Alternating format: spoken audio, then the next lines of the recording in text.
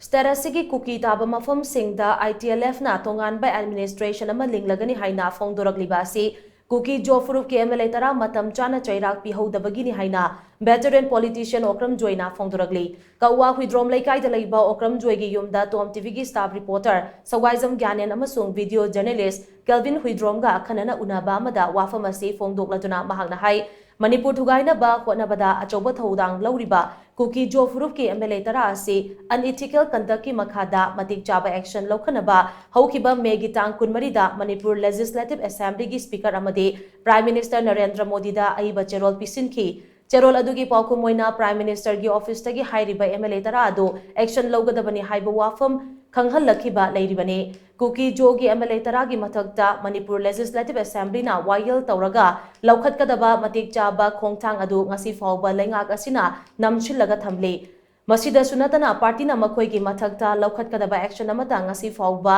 laukhatana leiri Manipur thugaina ba konabada choba thodang lauriba MLA tara leingak na kankhatuna thambadagi ngasidi Kuki singna separate administration chatnaba hauragani haiduna Government of India da section wa thamba ngamlaklei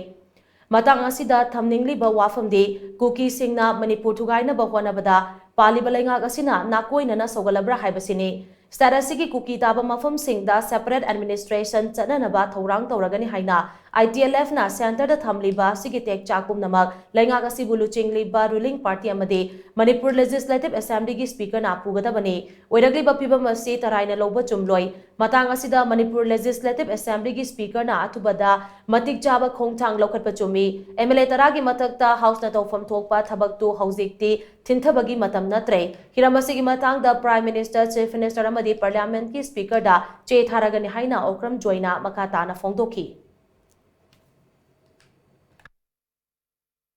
Karigidamukta huji Manipur Assembly ki speaker na machi huji babu thami bano leibak thugai ge haiba adagi hendok tana ngasi di onthong thokba wa tare moigi self administration tawne na agale madu kanana tawdoriba huji mantri oiriba kangmu yauna moina lead tawraga tawriba kanana tawdoriba hajoki Manipur ki MLA oiriba duna Manipur ki tokhai taraga kui sasona ma chalaini ga na hairakpa je sibawda Hujik Ladiba Manipur Sarkarna, Siri Viren and Singba Sarkar, Hujik Ladiba, speaker Nagatamin Nagatana, Akogi Young Ana, season another Live, I've seen on live Tiba Portamani. Aduga, the second Makti, Shang Hairakanda, Hairiba,